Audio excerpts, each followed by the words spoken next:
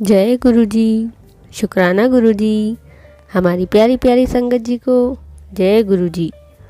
आज का सत्संग शुरू करने से पहले हम एक बार प्यार से गुरु जी का मंत्र जाप करेंगे। ओम नमः शिवाय, शिव जी सदा सहाय। ओम नमः शिवाय, गुरु जी सदा सहाय। गुरु जी कहते हैं, सदैव अपने पैर पर खड़े होने का प्रयास करो, किसी और के भरोसे मत रहो, क्योंकि इस संसार में किसी के भी जीवन का कोई भरोसा नहीं है।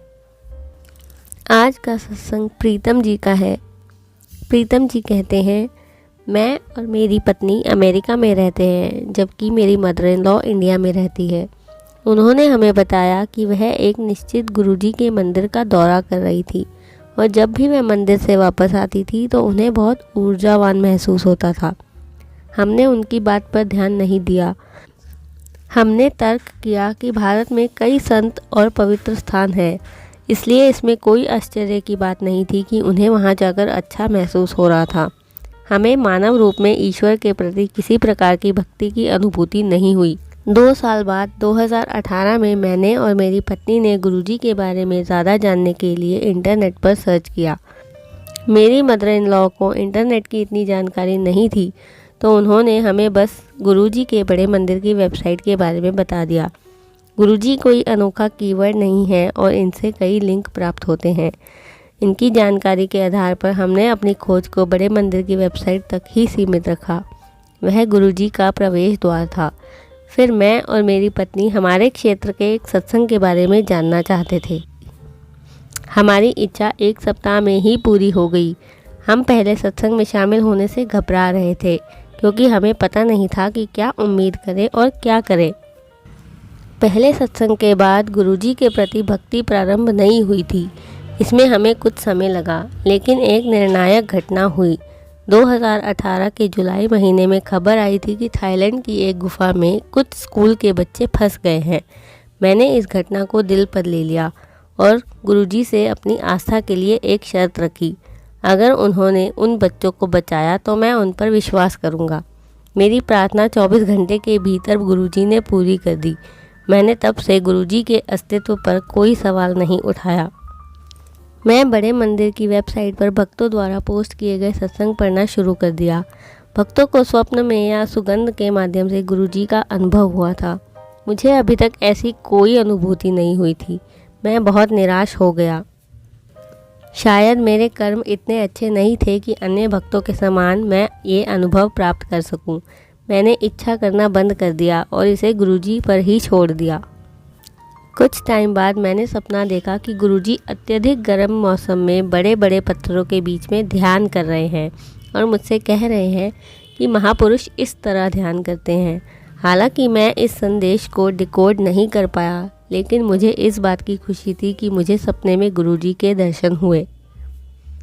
कुछ दिनों बाद मैं बाहर निकला अखबार लेने के लिए सुबह सुबह, तो मुझे बहुत ही अलग सा फील हुआ।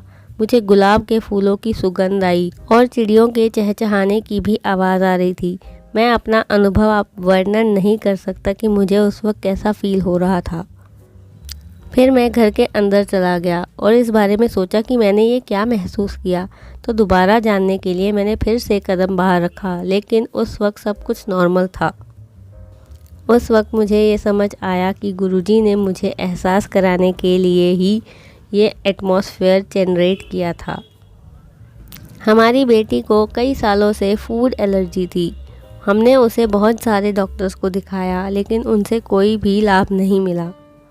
हमारी बेटी को रोज़ नियमित रूप से स्टेरॉइड्स लेने पड़ते थे और हम चाहते थे कि उसकी दवाइयाँ छूट जाए, और गुरुजी ने यह बहुत ही विचित्र ढंग से घटित किया। मेरी पत्नी ने एक टीवी सीरियल में प्रांशु का नाम सुना और उसने मुझे बताया कि प्रांशु नाम का कोई भी व्यक्ति उस सीरियल में नहीं है।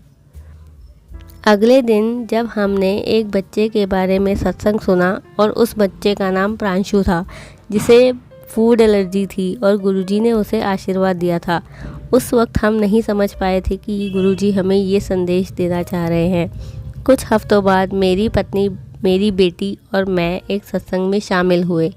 लंगर प्रसाद लेने के बाद प्रांशु का सत्संग इंटरनेट पर चलना शुरू हुआ।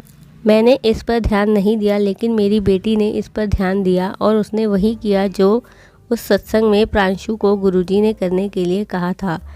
हमने अपनी बेटी की दवाइयाँ एक कपड़े में बांधकर गुरुजी के स्वरूप के सामने रख दी और हमने दवाइयाँ जब गुरुजी के आगे रखी तो हमने गुरुजी से प्रे किया कि हम नहीं जानते कि हम क्या कर रहे हैं, लेकिन आप हमारे भरोसे को टूटने न दें। इस बात को 1 साल हो गया और 1 साल बाद हमारी बेटी एलर्जी से मुक्त हो गई। केवल गुरुजी ही हमारे बुरे कर्म को ख़त्म करते हैं और फिर हमें आशीर्वाद देते हैं। गुरुजी ने जीवन के प्रति मेरा दृष्टिकोण ही बदल दिया।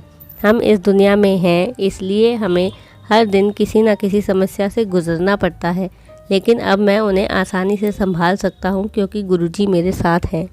आपका बहुत बहुत शुक्राना गुरुजी, आपने मुझे और मेरे परिवार को बहुत ब्लेस किया। बहुत बहुत शुक्राना गुरुजी, अनंतम अनंतम शुक्राना गुरुजी। जय गुरुजी, शुक्राना गुरुजी। ओम नमः शिवाय। शिवजी सदा सहाय। ओम नमः शिवाय। गुरुजी सदा सहाय।